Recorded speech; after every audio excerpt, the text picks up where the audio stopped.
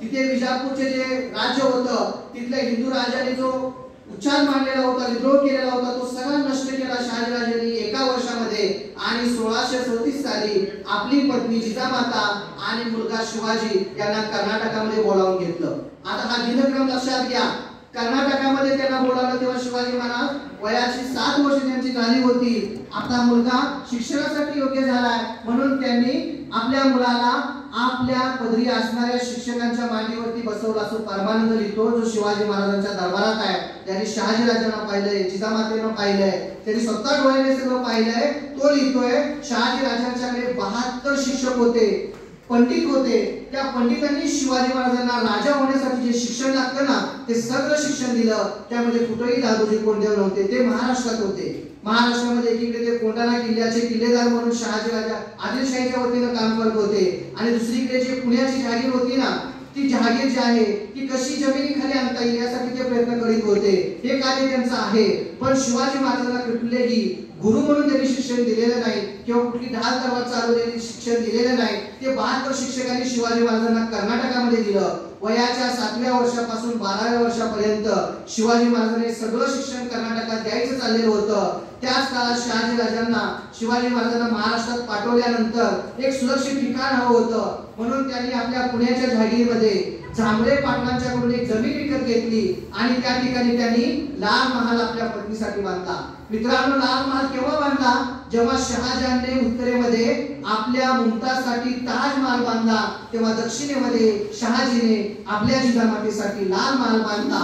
लाल महालाचं बांधकाम आणि ताजमहालाचं बांधकाम दोन्ही एकाच काळातली आहेत. आज उत्तरेतला ताजमहाल सुरक्षित आहे, महाराष्ट्रातला लाल महाल कुठे गेलाय? जरा प्रश्न स्वतःला कधीतरी विचारून पहा. आज पुण्यामध्ये गेल्यानंतर तुम्ही लाल महाल म्हणून जे काही बघताय ते 2000 नंतर निर्माण केलेले सिमेंटचं घर आहे, त्याला लाल कलर दिलेला आहे. तो लाल महाल नाही मित्रांनो. इतिहासातून लोक काय काय गायब करू शकतात. जर तुम्ही गाफील राहिला ना तर काय काय हिरावून घेऊ शकता ते महाराष्ट्राचं सध्याचे चित्र तुम्ही बघू शकता.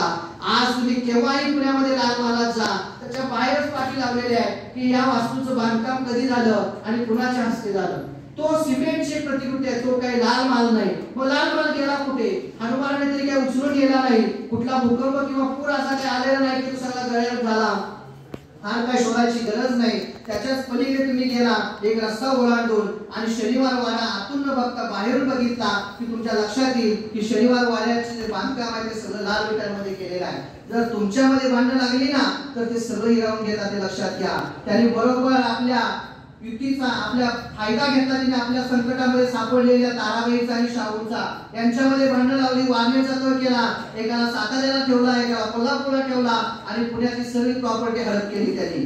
आणि शनिवार वाडा म्हणून सांगितलं गेलं. आमचं एवढंच म्हणणं आहे, हा तुमचा शनिवार वाडा आहे तर लाल महाल आमचा कुठे आहे तेवढा दाखवा. इतकी उत्खनन झाली की अगदी प्राचीन काळातले कॉइन देखील सापडले. मग असा लाल महाल नेमका गडद कुठे झाला? म्हणून मित्रांनो, डोळे उघडे ठेवून आपल्या चरित्राकडे पाहण्याची गरज आहे, नाहीतर आपल्याला ते केव्हा फसवतील सांगता देखील येत नाही. या लाल महालाचं बांधकाम पूर्ण झाल्यानंतर शिवाजी महाराजांचं वय 12 वर्ष झालं तेव्हा शहाजीराजांनी कर्नाटकामध्ये शिवाजी महाराजांचा पहिला विवाह लावला. पहिला विवाह सईबाईशी त्यांचा झाला आणि कर्नाटकातून 12व्या वर्षी शहाजीराजांनी आपला मुलगा शिवाजी, जिजामाता, सईबाई आणि यांच्यासोबत काही विश्वासू सरदार दिले. आणि हे देत असताना 2 महत्त्वाच्या गोष्टी दिल्या. पहिली म्हणजे शिवाजी महाराजांनी राजमुद्रा जी वापरली ना ती शहाजीराजांनी तेव्हा दिलेली आहे. प्रतिपदे प्रचंड लेखे वर्धिष्णुविश वंदिता शासुरो शिवशेषा मुद्रा भद्राय राजते ही राजमुद्रा शहाजीराजांनी दिली. आणि स्वराज्याचं भगवं निशाण देखील शहाजीराजांनीच दिलं. त्या कुठल्याही रामदासाच्या झोळीतून ते आलेलं नाही, लक्षात घ्या. आणि इतिहास आम्ही समजावून घेतला पाहिजे. शहाजीराजांनी शिवाजी महाराजांना महाराष्ट्रात पाठवताना त्यांच्याकडे असणारे सगळे शिक्षक त्यांच्या सोबत पाठवलेले होते आणि त्या सगळ्या शिक्षकांनी ते शिक्षण शिवाजी महाराजांना दिलं आणि हिंदवी स्वराज्य घडवण्यास सुरुवात झाली. शिवाजी महाराज पुण्यामध्ये आले, वय वर्ष 12. त्या काळामध्ये पुण्याची अवस्था काय होती? जेव्हा शहाजीराजांनी आदिलशाही आणि मोगलांच्या विरोधामध्ये विद्रोह पुकारलेला होता तेव्हा आदिलशहाचा एक सरदार मुराद जगदेव नावाचा जो ब्राह्मण आहे त्याने शहाजीराजांचा पुणे परगणा जाळून बेचिराग केलेला होता. शत्रुत्व फार भयानक असतं पहा. जेव्हा माणूस शत्रुत्वाने पछाडतो ना तेव्हा पुढच्या माणसाचं काही शिल्लकच ठेवायचं नाही. इतकी नीच वृत्ती शत्रुत्वाच्या कधी कधी टोकाची असते ना ती तुम्हाला मुराद जगदेवच्या रूपाने बघायला मिळते. त्याने पुण्याच्या संपूर्ण पूर्ण जहागीरमध्ये एकही माणूस शेतीसाठी राहणार नाही याची तजवीज केली. सगळ्यांच्या कत्तली केल्या, सगळ्यांना तिथून हाकलून लावलं आणि त्या पुण्याच्या नगरीमध्ये त्या जमिनीमध्ये गाढवाचा नांगर फिरवला. तिथे एक पहार रोवली, त्या पहारेवरती तुटक्या चपला आहेत त्या बांधल्या आणि सांगितलं जर कोणी इथं शेती कसायला आला तर त्याचा निर्वंश केला जाईल. कुणी शेती कसायला येत नव्हतं. सगळीकडे भयानकता पसरलेली होती. शिवाजी महाराज जिजामाता वयाच्या 12व्या वर्षी जिजामाता शिवाजी महाराजांना घेऊन आल्या इकडे. पुण्यामध्ये आल्यानंतर पहिलं काम कोणतं झालं असेल तर जिजामातेने स्वतःच्या हाताने ती पहार उचलली आणि फेकून दिली. जिजामाता इतक्या पुरोगामी विचाराची कुठली दुसरी स्त्रीच नाही, आपण लक्षात घ्या. आणि शिवरायांना सांगितलं की ही शेती आपल्याला आधी उभं करावी लागेल, कारण स्वराज्य उभारायचं असेल तर स्वराज्यासाठी एक अर्थव्यवस्था असावी लागते आणि त्या काळात शेती ही सगळ्यात मोठी अर्थव्यवस्था होती. जिजामातेने हातामध्ये बैलजोडी धरली, शिवाजी महाराजांनी नांगर धरला आणि पुण्यामध्ये पडीक असणारी जमीन त्यांनी नांगरली आणि लागवडीखाली आणायला सुरुवात केली. रयतेला हा विश्वास दिला की तुम्ही आमच्या बरोबरीने या, तुमच्या केसाला देखील धक्का लागू देत नाही. हळूहळू हळू रयत शेती कसण्यासाठी यायला लागली. पण त्यांच्याकडे होतं काय? त्यांच्याकडे बैलजोडी नव्हती, बियाणं नव्हते, नांगर नव्हते, काहीच नव्हतं त्यांच्याकडे. शिवाजी महाराजांनी त्यांना बैलजोडी दिली, त्यांना नांगर दिले, त्यांना बियाणे दिले आणि शेती कसण्यासाठी आगाऊ रक्कम दिली, ज्याला आपण कर्ज म्हणतो. त्याला त्यावेळेला तगाई असं म्हटलं जायचं. तगाई ही बिन व्याजी होती, कुठलंही व्याज नव्हतं. ती शेतकऱ्याला द्यायची आणि शेतकऱ्याची जसजशी ऐपत होईल तसं ती रक्कम टप्प्याटप्प्याने द्यायची. त्याला कुठलंही व्याज नव्हते, लक्षात घ्या. शिवाजी महाराजांनी या रयतेला विश्वास दिला आणि हळूहळू रयत यायला लागली आणि शेती कसायला लागली. शिवाजी महाराजांनी शेतीची मोजणी केली, त्यासाठी शिवशाही काठीचा वापर केला. उत्तम प्रतीची जमीन, मध्यम प्रतीची जमीन, कनिष्ठ जमीन ही मोजणी केली. त्या जमिनीतून पिकं कोणती येतात हे पाहिलं, त्या पिकांची सगळ्या नोंदणी केल्या आणि मग शेतकऱ्यांना परवडेल असा शेतसारा आकारला. तुमच्या आमच्या छातीवरती हात ठेवून सांगा, स्वातंत्र्याच्या 75 वर्षामध्ये एक तरी कृषी अधिकारी तुमच्या बांधावरती आला होता? एक तरी कृषी अधिकारी बांधावरती आलाय का? लाखो रुपयांचे पगार तुमच्या आमच्या टॅक्स मधून ते घेतात, पण एकही माईचा लाभ तुमच्या आमच्या बांधावरती येत नाही. त्यांना आपण कसं म्हणू आणि सत्ता आपल्याला आपली कशी वाटेल? शिवाजी महाराजांची पत्र पहा, त्यांनी त्यांच्या अधिकाऱ्यांना आदेश दिलाय की प्रत्येक अधिकाऱ्याने शेतकऱ्याच्या बांधावरती जायचं आहे. तो ज्या ज्या मोसमामध्ये जी जी पिकं घेतो त्या सगळ्यांच्या नोंदी करायच्या आहेत. त्यानं कोणतं पीक घेतलंय ते पाहायचं आहे, ते पीक किती उत्पन्न देतं हे पाहायचं, त्या सगळ्यांच्या नोंदी करायच्या आणि त्यानंतर शेतसारा ठरवला जातो. माझ्या पंजाने जे जमीन केली होती त्यावेळेला जे पीक होतं तेच आमच्या सातबाऱ्यावर अजून आहे. कुठला तलाठी ग्रामसेवक आज आमच्या शेतावरती मी कुठलं पीक घेतोय हे नोंदवायला सुद्धा आलेलं नाही. हे दुर्दैव आहे लोकशाहीचं आणि त्याला जबाबदार तुम्ही आहे. आम्ही त्यांना विचारत नाही. त्यांना नेमलंय कशासाठी? त्यांना आमच्या हितासाठी नेमलंय. त्यांनी आमच्या बांधावरती यावं, आमची सुखदुःख पाहावीत, आमच्या वेदना पाहाव्यात, आम्हाला मार्गदर्शन करावं यासाठी. पण ते कधी येत नाही, त्यांना आम्ही त्यांना जाब विचारत नाही. लक्षात घ्या, शिवाजी महाराजांनी अधिकाऱ्यांना ताकीद दिली. त्यांची पत्र पहा. एक पत्र असं आहे, त्या पत्रामध्ये त्यांनी आपल्या अधिकाऱ्यांना दिलेली ताकीद खूप मार्मिक आहे. ही ताकीद केव्हाची आहे? शिवाजी महाराजांच्या राज्याभिषेकाची धामधूम सुरू आहे. राज्याभिषेकाच्या 6 ते 8 महिने आधी हे आपल्या सुभेदारांना लिहिलेलं पत्र आहे. त्या पत्रामध्ये शिवाजी महाराजांनी आपल्या सैनिकांना सांगितलंय की जिथे कुठे तुमची छावणी असेल ती छावणी टाकताना काळजी घ्या. छावणी टाकल्यानंतर रात्री झोपत असताना शेकोट्या विझवून झोपा. जे दिवे आहेत ना ते देखील विझवा, त्याच्या पंथी विझवा आणि मग झोपा.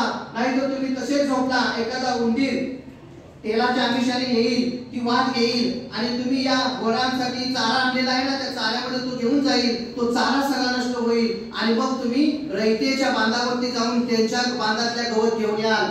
असं जर कराल तर तुमच्यापेक्षा मोगल होईल असा तळतळाट होईल. म्हणून रात्रीच्या वेळेला झोपताना दिवे विझवून झोपा, वाती विझवून झोपा आणि जो शेत चारा आहे तो लक्षात ठेवा की कुठेही जबरदस्ती वसूल करायचा नाही. जर तुम्हाला गवत कमी पडलं तर शेतकऱ्याच्या बांधावरती गेल्यानंतर बाजारात ज्या गवताचा दाम आहे तो दाम आधी शेतकऱ्याला द्यायचा आणि मगच गवत घ्यायचं. ते स्वराज्याचं आहे म्हणून फुकट नाही घ्यायचं. तुम्हाला एक मेथीची पेंडी जरी घ्यायची असेल तर त्या मेथीच्या पेंडीचा बाजारामध्ये जो दाम आहे तो आधी दाम द्यायचा त्या शेतकऱ्याला आणि मगच ते विकत घ्यायचं. इतकी धमक, इतकी वर्चस्व, इतकी पकड शिवाजी महाराजांची स्वराज्यावरती होती आणि म्हणून रयतेला आणि राज्य आपलं वाटलं. जेव्हा आदिलशाहीची फौज यायची सगळी शेती लुटली जायची, निजामशाहीची फौज यायची सगळी शेती लुटली जायची, मोगलांची फौज यायची घरदार लुटली जायची, पण शिवाजी महाराजांची फौज आली की असं काही होत नव्हतं. आणि मग रयतेला असं वाटायला लागलं अरे हा राजा इतकी सगळ्यांची घेतोय तर मग या राजासाठी आपण आपला जीव देखील द्यायला तयार पाहिजे. वतनदार मंडळी फारशी शिवाजी महाराजांच्या बाजूने नव्हती, हे लक्षात घ्या. वतनदार मंडळी इतकी विपरीत होती. ज्या जावळीच्या चंद्रराव मोर्याला शिवाजी महाराजांनी गादीवरती बसवलं, जावळी हा प्रदेश आदिलशाहीच्या गादीतला तिथं मोरे 9 पिढ्यापासून राज्य करायचे. दौलतराव मोरे मेला, त्याला मुलगा नव्हता.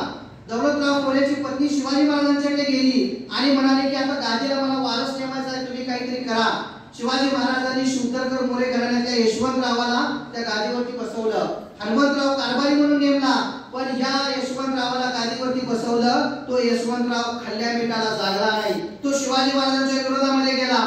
शिवाजी महाराजांच्या रयतेवरती लुटमार करायचे लुटारू आणि यशवंतरावाच्या या राज्यामध्ये जाऊन लपायचे जावळीमध्ये. रंगो तिरुमल नावाचा ब्राह्मण ज्याने एका विधवा महिलेवरती अत्याचार केला आणि तो जाऊन चंद्रराव मोरेच्या आश्रयाला राहिला. शिवाजी महाराजांनी त्याला हवाली करण्याची मागणी केली, तेव्हा चंद्रराव मोरेने नकार दिला. त्याचे अत्याचार वाढल्यानंतर शिवाजी महाराजांनी चंद्ररावला सांगितलं की तुम्ही आमच्या अंकित व्हा, नाही परिणाम वाईट होईल. त्यावेळेला या चंद्ररावाने लिहिलेलं पत्र जे आहे ना ते आजच्या महाराष्ट्राच्या इतिहासाला खूप मिळतच होत आहे. तो चंद्रराव म्हणाला, कोण तुम्ही, तुम्हाला राजे कुणी केलं, कोण तुम्ही, तुम्हाला राजे कुणी केलं, तुम्ही स्वतःला राजे म्हणत असाल, आम्ही तुम्हाला राजे मानत नाही. ज्या चंद्रराव मोरेला शिवाजी महाराजांनी गादीवरती बसवलं जावळीच्या, तो म्हणतोय की कोण तुम्ही, काय तुमचा संबंध आहे स्वराज्याशी या पक्षाशी, आम्ही आहे, आम्ही खरे आहे. आणि त्यामुळे तुम्ही स्वतःला राजे म्हणत असाल, आम्ही राजे मानायला तयार नाही. उद्या येणार असाल तर आजच या, एकही माणूस जिवंत जाणार नाही. म्हणून लक्षात घ्या की गद्दार त्याच काळात होते असेही नाही, गद्दार याही काळात आहे.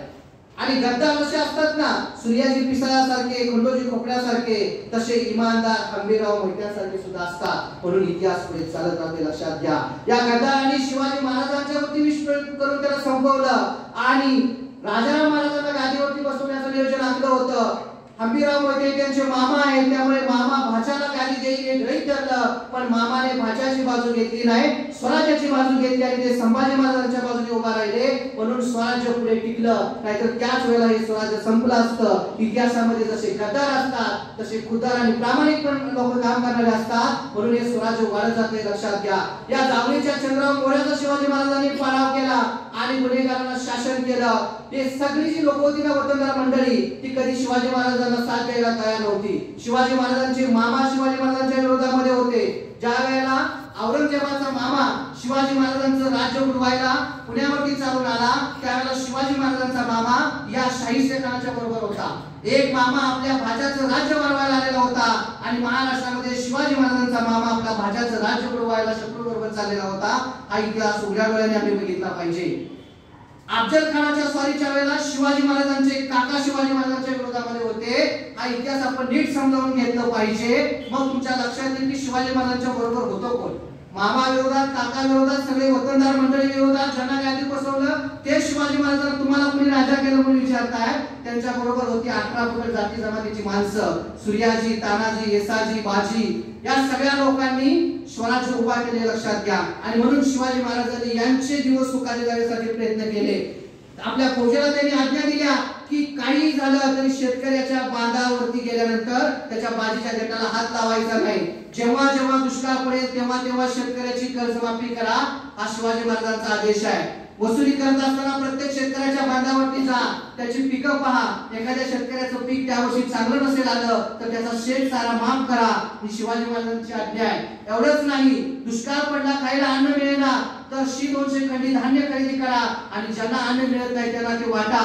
2 लाख लाऱ्या खर्च झाल्या तरी चालतील, पण माझी रयत उपाशी मरता कामा नये. हे शिवाजी महाराज होते, म्हणून रयत त्यांना आपलं मानत होती. हे स्वराज्य रयतेला आपलं वाटत होतं. ज्यावेळेला शिवाजी महाराजांनी आरमाराची उभारणी सुरू केली, आरमार फार गरजेचं होतं स्वराज्याच्या रक्षणासाठी. शिद्दी असेल, इंग्रज असेल, पोर्तुगीज असेल यांना तोंड द्यायचं तर आरमार गरजेचं होतं. पण आरमार बांधण्यासाठी आंबाची आणि फणसीची झाडं फार गरजेची होती. पण ही आंबा आणि फणस झाडं एका रात्रीत येत नसतात. शिवाजी महाराजांनी आपल्या फौजेला पत्र लिहिलंय की आंबा आणि फणस ही शेतकऱ्यांनी आपल्या रक्ताचं पाणी करून वाढवलेली झाडं आहेत. ती काय 1-2 दिवसामध्ये येत नाही. लेकरू जसं कित्येक वर्ष जोपासावं लागतं ना, तसं तर हाताच्या पोळाप्रमाणे या शेतकऱ्यांनी झाडं वाढवलेली आहेत. कित्येक वर्ष फळं देणारी झाडं ही शेतकऱ्यांची मुलंच आहेत. आणि त्यामुळे स्वराज्यासाठी कितीही या झाडांची गरज असली झाड बांधणीसाठी, तरी आंबा आणि फणस जोपर्यंत फळ देतं तोपर्यंत तोडू नका. ज्या दिवशी ते फळ द्यायचं बंद करतं त्यावेळेला ते तोडण्याआधी शेतकऱ्याला त्या आंब्याचा आणि फणसाचा योग्य दाम द्या आणि मगच ते झाड तोडा आणि त्या स्वराज्यासाठी आरमार उभा करा. इतका बारकाईने रयतेच्या राजाचा विचार हा करणारा राजा होता. आणि आज उद्योगपतींसाठी लोकांची घरं दारं जमिनी कवडी कोणाला घेतल्या जात आहेत, कुणी ऐकेनात गोळ्या घालून मारलं जात आहे. इतकी भयानक परिस्थिती या लोकशाहीमध्ये आलेली असताना ती लोक आपल्याला आपली का वाटतील हे लक्षात घ्या. हे गमक आपण लक्षात घेतलं पाहिजे. जी वतनदार मंडळी होती हजारो वर्ष गावांमध्ये वसूल करणारी पाटील असतील, कुलकर्णी असतील, परगण्याकडे देशपांडे देशमुख असतील, ती मंडळी वरून 30% 40% शेतसारा वसूल करायला सांगितलं की 60-60 70-70% शेतसारा वसूल करायची, वरती खूप थोडा पाठवायची आणि राहिलेल्या शेतसाऱ्यातून स्वतःची फौज उभा करून स्वतः त्या गावामध्ये धडधाकटे व्हायचे. गावचा पाटील हा गावचा सर्वस्व होता, तो न्याय देणारा होता, तो रक्षण करणारा होता. आणि त्यामुळे यांनी जर शेतसारा जास्त वसूल केला तर न्याय कोणाकडे मागायचा प्रश्न होता. शिवाजी महाराजांनी क्रांतिकारी आदेश काढला आणि त्या आदेशामध्ये त्यांनी असं नमूद केलं, इथून पुढे वतनदारांची वतन सरकार जमा केली. इथून पुढे वतनदाराला कुठल्याही जमिनी त्याच्या मालकीच्या नसतील, त्या सगळ्या शिवाजी महाराजांनी स्वतःच्या ताब्यात घेतल्या आणि 18 पगड जाती जमातीचे जे शेतकरी होते, जी कुळ होती, त्या सगळ्यांना साळी मारी कोळी धनगर तेली तांबोळी वंजारी या सगळ्यांना वाटून त्यांच्या नावावरती त्या केल्या. वतनदाराकडे काही हक्काने राजीने होते. पाटील होता त्याच्याकडे हक्क काय होता, तो गावामध्ये कुठल्याही 12 बडोदेदार 18 आलुतेदाराच्या पण वस्तू फुकट घेऊ शकत होता. समजा पाटील सकाळी अनवाणी निघाला आणि एखाद्या चांभाराच्या घरामध्ये गेला, चांभाराने एक चांगलं चप्पल केलं असेल तयार, पाटलाने ते चप्पल पायात घालायचं निघायचं, दाम काय विचारायचं नाही कारण त्याला तो हक्क होता. पाटलाला वाटलं आपल्या बायकोलाही चप्पल घ्यावं तर तेही चप्पल फुकटच. पाटलाला वाटलं घरवालीला घेतलं बहारवालीला पण पाहिजे, कारण काही पाटील बहारवाली पण होते आणि मग ते बहारवालीला पण घ्यायचे. दाम विचारायचा नाही कारण पाटलाचा तो हक्क होता. पाटील पुढे वाण्याच्या दुकानात गेला, त्याला वाटलं मला सुपारी घ्यायचंय, पान घ्यायचंय, तेल घ्यायचंय, दूध घ्यायचंय, ते घरवालीला पण घ्यायचंय, बहारवालीला पण घ्यायचंय. तो एक ही कवडी न देता घेत होता. अशा प्रकारचे हक्क लाजिमे होते. शिवाजी महाराजांनी हे सगळे हक्क आणि लाजिमे सरकार जमा करून टाकले आणि पाटलाला सांगितलं इथून पुढे चांभाराच्या घरात गेलास ना त्या चपलाचा जो दाम आहे तो आधी द्यायचा आणि मग त्या चपलाला हात लावायचे. हा क्रांतिकारी इतिहास आहे शिवाजी महाराजांचा, ज्यांनी वतन व्यवस्थेमध्ये एवढे क्रांतिकारी बदल केले. म्हणून रयतेला शिवाजी महाराज आपले वाटायला लागले. पुन्हा नाही तिथून पुढे फुकट वस्तू घ्यायचा कुठलाही अधिकार राहिला नाही. ही क्रांतिकारी शिवाजी महाराजांनी केलं. पाटील कुलकर्णी हे जे वतनदार होते ते आता वेतनदार झाले. शिवाजी महाराजांना त्यांना रोख पगार दिला आणि जेवढा शेतसारा ठरलाय तेवढाच वसूल करायचा, स्वराज्याच्या नियमाप्रमाणे वसूल करायचा. कुणीही जबरदस्तीने शेतसारा रयतेकडून घ्यायचा नाही. ही अंमलबजावणी त्यांनी केली. म्हणून शेतकऱ्यांच्या वाट्याला चांगले दिवस आले.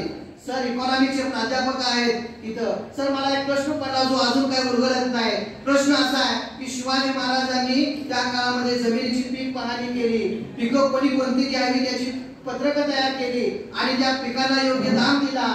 आजच्या सरकार असं का करत नाही? टोमॅटो आले की टोमॅटोच येतात, कवडी मोलाचा भाव येतो, ऊस आला की ऊसच. अरे मित्रांनो, ऊसाचं मी उदाहरण इतक्या वेळा देतो की आंदोलन केल्यानंतर आमच्या ऊसाला 3000 रुपये टन असा दर मिळतो. जरा गणित करून बघा की 3000 रुपये टन म्हणजे किलोला किती झाले. साधी रद्दी आपण जर घातली ना तर 15 रुपये किलो जातं. भंगार घातलं तर 16 रुपये किलो जातं. पण टनाला फक्त 3 रुपये.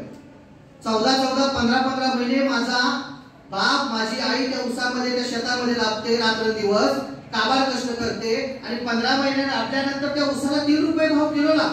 शेतकरी आत्महत्या करेल नाही तर काय करेल? आणि आणखी एक महत्त्वाचा प्रश्न, शेतकरी बियाणं आणतो तेव्हा त्याला जीएसटी असतो. शेतकरी रासायनिक लागवडीच्या शेतीला आणून टाकतो तेव्हा त्याला जीएसटी असतो. शेतकरी जे पाणी पाजतो तेव्हा त्याच्यावरती कर आहे. शेतकरी जे बिल घेतो, विजेसाठी वीज घेतो त्याच्यावरती पण कितीतरी कर आहे. पण तेच माल जेव्हा शेतकरी माझा बाजारात घेऊन जातो तेव्हा त्या मालाला जीएसटी का नाही?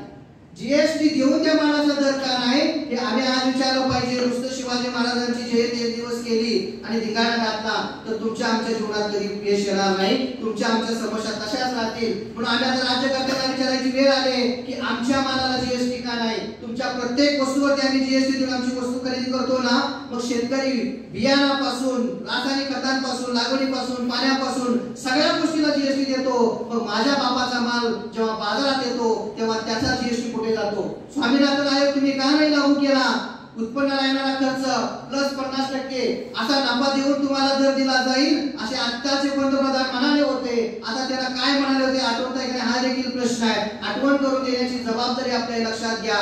जर आम्ही नाही प्रश्न विचारले तर आमच्या शेतकऱ्यांच्या आत्महत्या थांबण्याचं कुठलंही चिन्ह आपल्या समोर नाही. अरे साधं हॉटेलमध्ये गेला तर हॉटेलमध्ये रेट आहे, चहा कसा आहे तो आपण चहा पिऊन ठरवतो का?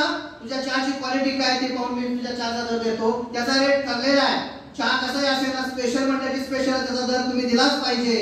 अंबानीच्या सिमेंटचा दर ठरलाय, अदानीच्या स्टीलचा दर ठरलाय. आपण त्याला म्हणतो का तुझी क्वालिटी त्या मापाची आहे का, मी आधी चेक करतो आणि मग दर देतो. मग माझ्या शेतकऱ्याचं सोयाबीन बाजारात गेल्यानंतर तुम्हाला क्वालिटी चेक करण्याचा अधिकार कुठे दिला?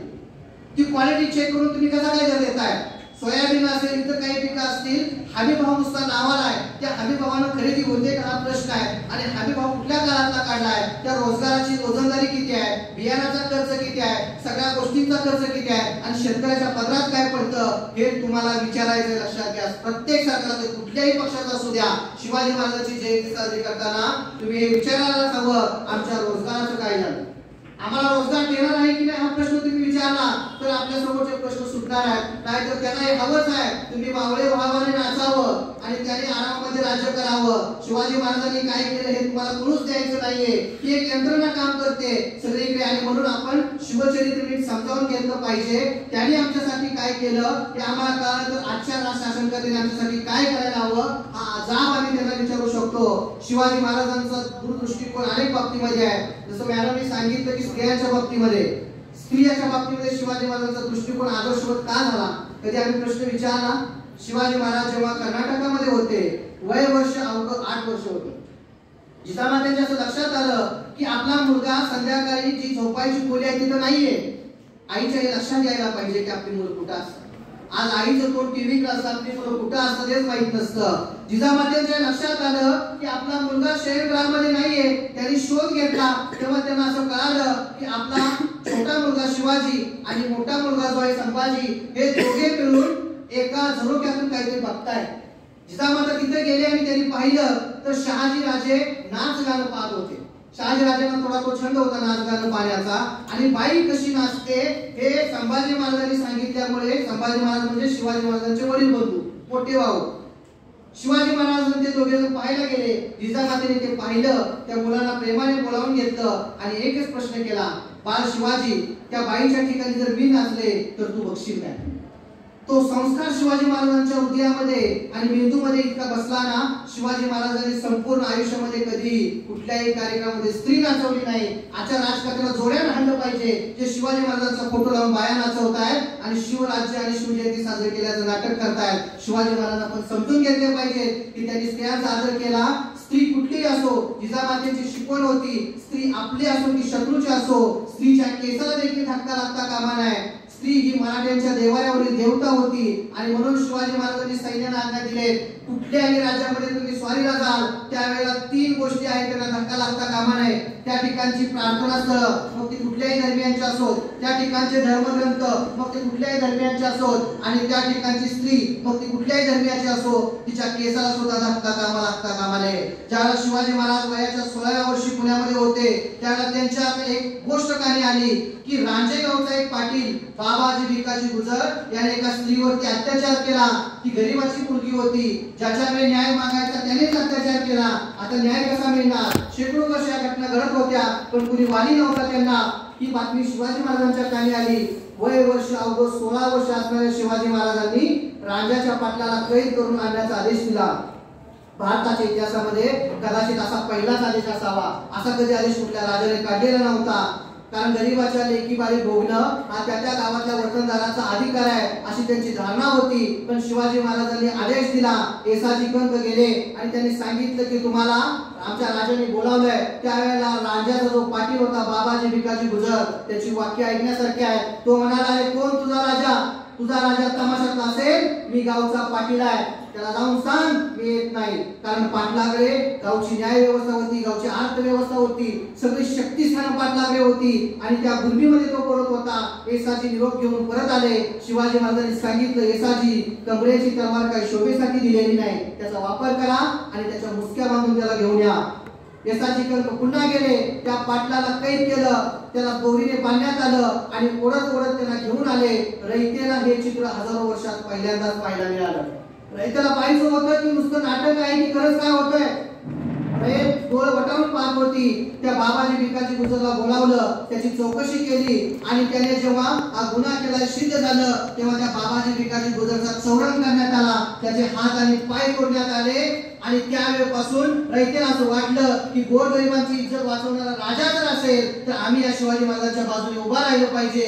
आणि म्हणून तुम्हाला या शिवाजी महाराजांच्या बाजूने सगळ्या जाती जमातीची माणसं उभा राहिलेली दिसतील. मग तो बाजीप्रभू देशपांडे ब्राह्मण असेल. हे लक्षात घ्या की काही सगळेच ब्राह्मण वाईट नव्हते आणि काही सगळेच ब्राह्मण चांगलेही नव्हते. तसेच सगळेच मुस्लिमही वाईट नव्हते आणि सगळे मुस्लिमही चांगले नव्हते. प्रत्येक जातीमध्ये काही चांगली माणसं असतात, प्रत्येक जातीमध्ये काही वाईट माणसं असतात. बाजीप्रभू देशपांड्यासारखा एक व्यक्ती होता जो लाख मेले तरी चालतील पण लाखाचा पोशिंदा झाला पाहिजे म्हणून शिवाजी महाराजांसाठी उभा राहिला. मुरारबाजी हा ब्राह्मण होता, तो देखील शिवाजी महाराजांसाठी उभा राहिला. त्यामुळे आपण कुणाचा द्वेष करता कामा नये हे लक्षात घ्या. या राजाच्या भिकात त्या पाटलाला शिक्षा केल्यानंतर जसं मॅडमने मगाशी सांगितलं, कर्नाटकच्या मोहिमेवरती बेलवडी या ठिकाणी सखुजी गायकवाडने तसाच अत्याचार केला. शिवाजी महाराजांचा स्वतःचा तो मेव्हणा होता. या मेव्हण्याचे डोळे काढण्याचे आदेश दिले आणि त्याची अंमलबजावणी पण केली. आजचे लोक फक्त आदेश देतात, अंमलबजावणी करत नाहीत. मला त्या काळातली या काळातली घटना आठवली. स्वतःच्या सख्या मेव्हण्याला शिवाजी महाराजांनी शिक्षा दिली. आज गुजरातमध्ये एक प्रकरण असं आहे की ज्या गुजरातमधल्या काही ब्राह्मण व्यक्तींनी मुस्लिम स्त्रीवरती बलात्कार केला आणि काही वर्ष जेलमध्ये राहिल्यानंतर न्यायाधीशांनी निर्णय दिला की जी वरच्या वर्गातली लोक आहेत त्यामध्ये चांगलीच असतील, त्यांना सोडून दिलं पाहिजे. त्यांना आजच्या लोकशाहीमध्ये सोडून दिलं आणि या सोडून दिल्याचे सत्कार आज होत आहेत. मग आम्हाला शिवाजी महाराज आपले वाटतील का ते वाटतील? जात आणि धर्म पाहून जर तुम्ही असे गुन्हेगारांच्या वरती भेदभाव करणार असाल तर तुमचं राज्य कधीच चांगलं ठरत नसते, लक्षात घ्या. गुन्हेगार कुठल्याही जातीचा धर्माचा असो, त्याने जर गुन्हा केला असेल तर त्याला शिक्षा. कारण जिजामाता यांची आज्ञा होती, स्वतःचा बाप जरी स्वराज्याच्या आड आला तरी त्याला माफ करायचं नाही. मग तो गुन्हेगार कुठल्याही जातीचा धर्माचा असेल त्याला शिवाजी महाराज त्याची जात धर्म किंवा नात पाहून शिक्षा केली नाही, त्याचा गुन्हा पाहून शिक्षा केला. म्हणून शिवाजी महाराज आज आपल्याला आपले वाटतात. शिवाजी महाराजांचा मुस्लिम धर्मियांच्या बाबतीतला दृष्टिकोन काय होता हे आपण समजावून घेतलं पाहिजे. त्या काळामध्ये कवी भूषण नावाचा एक कवी होता जो शिवाजी महाराजांच्या समकालीन आहे आणि त्याने शिवभूषण नावाचे काव्य लिहिलं आहे. आता या भूषण जर तुम्ही पूर्व इतिहास पाहिला ना, उत्तर भारतामधला हा व्यक्ती लग्न झाल्यानंतर काहीच करत नव्हता. बायको कंटाळली, त्याला लाथ मारून घरातून हाकलून दिला, अरे काहीतरी कमवायला शिक आणि मगच घरी ये. तो तिथून इकडे सरकत महाराष्ट्राकडे आला. त्याला असं कळालं की ते शिवाजी महाराजांचं राज्य आहे. तो शिवाजी महाराजांच्या दरबारात गेला, त्यांचं गुणगान करायला लागला. त्याने शिवभूषण मध्ये एक सुंदर काव्य लिहिलंय. ते काव्यामध्ये आपण पाहिलं तर लक्षात येईल की तो काय माणूस आहे. तो म्हणतो ईश्वराकडे, मुझे राजा बनाना किसी राज का, ना व्यापारी बनाना किसी जहाज का, मुझे भिकारी बना देना शिवाजी महाराज के राज का.